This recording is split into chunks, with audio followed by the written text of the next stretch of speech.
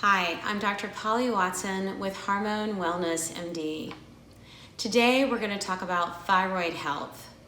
Many women will present at menopause transition really unsure if the symptoms they're experiencing represent a thyroid problem or transitioning to menopause.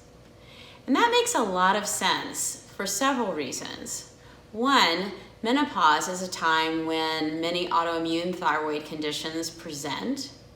And also, the symptoms of thyroid disease overlap overwhelmingly with menopause symptoms, such as fatigue, brain fog, hair loss, weight gain, heat and cold intolerance. All of these things can overlap with both thyroid disorders and menopause syndrome.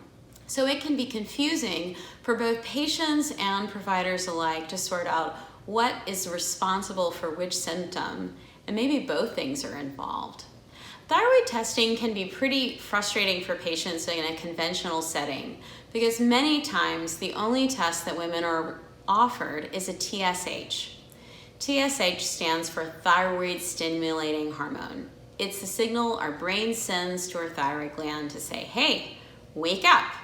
If your TSH is high, it suggests an underactive thyroid. The brain is working really hard to tell that thyroid that it really needs to get some more thyroid hormone out there. The ranges that are acceptable for TSH are extremely wide. And in fact, when a patient is trying to achieve pregnancy, the reference ranges are a little more narrow, almost half as much. So if someone's trying to achieve pregnancy, we want their TSH to be less than 2.5. I think this is a much more realistic marker of optimal health. At Hormone Wellness MD, we don't just check the TSH. We also check the free T3, the free T4, and something called reverse T3, which can act like the brakes on thyroid action. We also look for antibodies or the body's immune response against the thyroid gland. You may wonder if thyroid abnormalities are detected, are you stuck taking medication the rest of your life? And the answer is hopefully not. Many times we can address and treat nutrient deficiencies such as zinc, selenium, vitamins A and D, and iron and iodine, and correct these deficiencies to help the thyroid heal itself. Diet is another important area where we can improve thyroid function without medication.